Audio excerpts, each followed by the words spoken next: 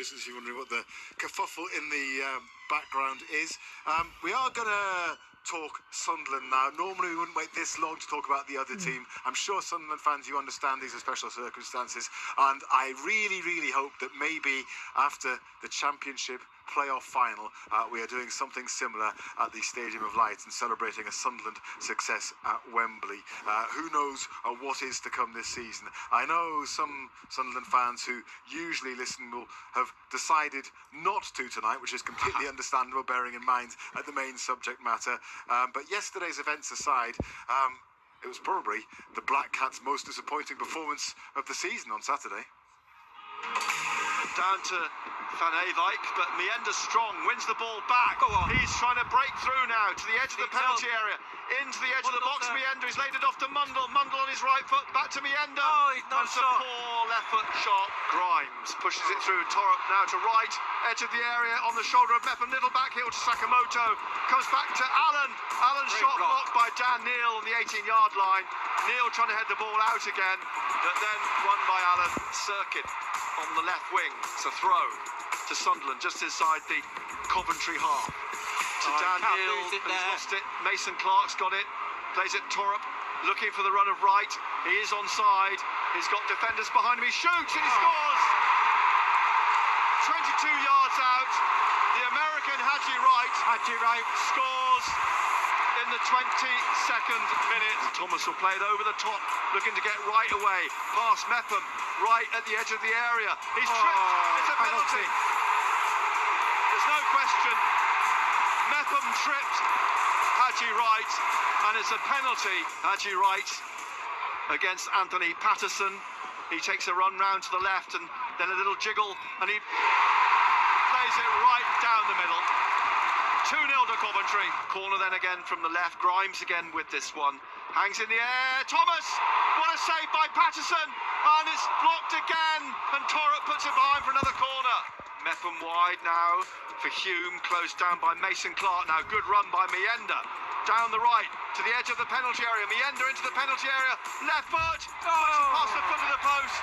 Mienda just front of the centre circle. Good ball out to Mundle. Mundle now into the penalty area. A couple of step overs still going. Mundle, but is stabbed away straight to Sirkin. Sirkin shot over the top. There's Haji Wright. Ball pressed through to him, and he puts it in for the hat trick. In fact, it's Mason Clark, isn't it? Yeah. Or was it? No, I'm trying to. They're all over Haji Wright. I thought Haji Wright had scored it. We'll get it confirmed in a moment. But it's 3-0 to Coventry City. To be fair, Coventry were good, very good. They played very good football. They were intense, with the ability to create chances through different ways. And we were prepared for that tactically, but on the pitch it wasn't possible because our intensity was not high enough. So that was Régis Lebris reflecting on a very disappointing afternoon, perhaps his most disappointing afternoon, as the Sunderland head coach. Kieran, let's get your reflections on that game as well. I mean, Sunderland have often done well against the better teams in the Championship, so I think people thought when they went to Coventry, who were on good form after all, it would still be a game that might well suit them, but it didn't turn out to be the case, did it? Absolutely not. And I suppose if anything good can come from it, then there would be the possibility that Régis Lebris, the coaching staff and the players could sit down and pour over the 90 minutes, because it was a very, very good demonstration of one team in Sunderland that no doubt wanted to win, but another that very visibly wanted it much more. And, you know, almost to a man, Coventry were better. There was much greater urgency and conviction in their play. And I don't want to be overly critical, because the performance, aside from the loss, was very much the exception to the rule. But I do think it's unarguable that it was their poorest performance of the season to date. And Haji Wright will, of course, garner so many of the headlines for his hat-trick, but even out with that, his performance was very much of the bullying centre forward that Luke O'Nien and Chris Mepham in particular couldn't really get close to. So it was a bad day, and you would hope that they can learn from it. Yeah.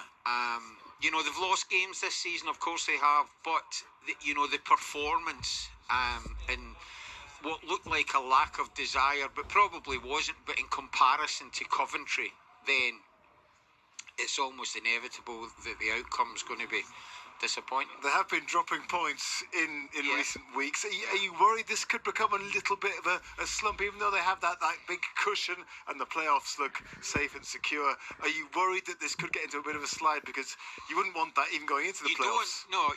I mean, if Coventry were competing now in the playoffs were next week, then given recent form, even although they'd lost last midweek, you still think that they would perform very well against Sunderland, Sheffield United or Burnley, because Frank Lampard seems to be doing very well with them. So